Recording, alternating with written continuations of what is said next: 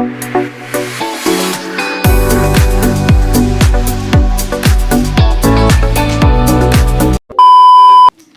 up, EA Squad? Welcome back to my channel. Welcome back to another brand new video. If you're new here, I want you to hit the subscribe button and turn on your post notifications and always be notified whenever any video is being shared.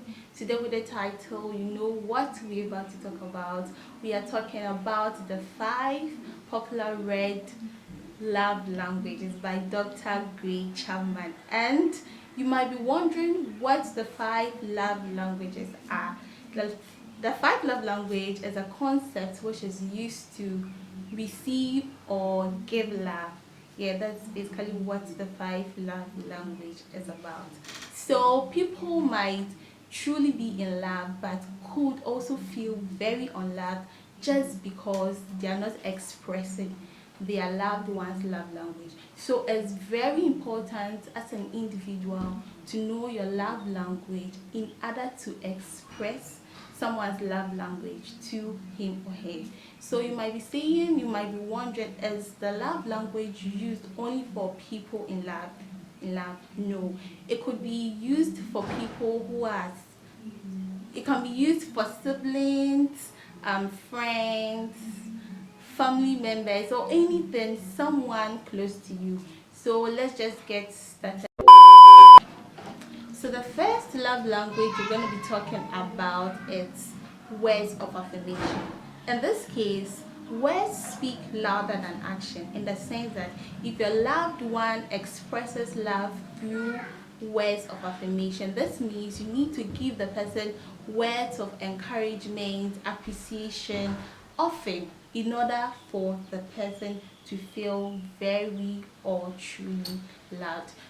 Not forgetting compliment. Compliment is very important. If your loved one, if your love language is words of affirmation, or you express love to someone through words of affirmation. So here is a tip. If you know anybody whose love or who expresses love language through words of affirmation, you should make sure you give the person a lot of compliments and encouragement and appreciation, and in that way the person can truly feel loved. The second love language is acts of service. In acts of service, action speaks louder than words in this case, because in acts of service, basically the person wants you to do something for him or her. So trying to help the person out with something, could be walking the dog, cleaning the house, mowing the grass, means a lot to the person, and the person will really feel truly loved when you help them out with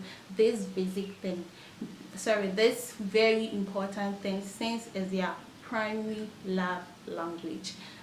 So here is a tip.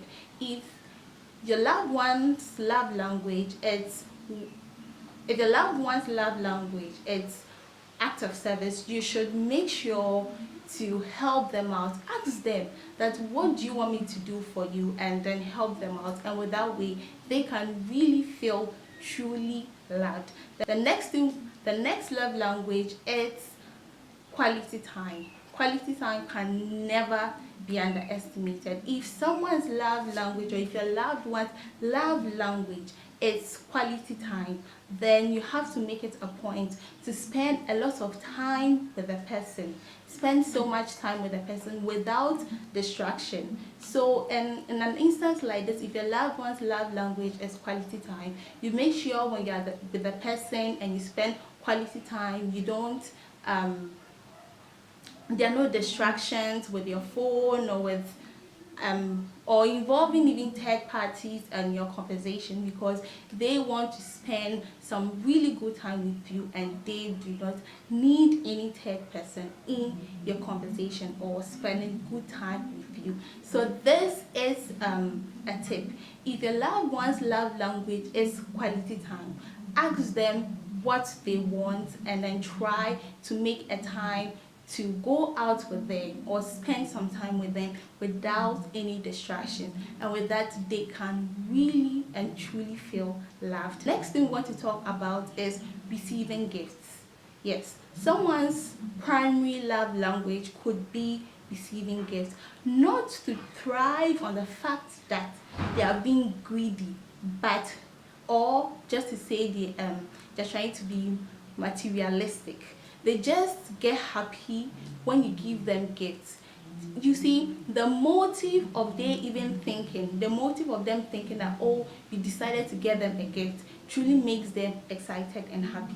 So if your loved one expresses love through receiving gifts, then you have to make it a point to give them gifts. So people like this, forgetting their birthday, anniversary, or even presenting to them a thoughtless gift becomes, so they take it very bad and it doesn't really go well. So if you would, here as a tip, if your loved one expresses his or if your loved one's primary love language is receiving gifts, then you have to try as much as possible to get a gift notebook so that you can write everything or most of the thing he or she says down, and then get to the person what he or she said. And with that, they're going to be surprised, because the thought of you stopping to get them something they really want will make them know you are truly thinking about them, and they can really and truly feel that. As I said,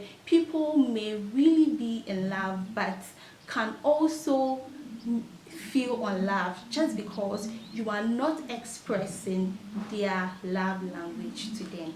So the final love language I want to will talk about is physical touch. We can't do away with physical touch. Physical touch is very important. People's primary love language is physical touch, meaning they express love through physical contact.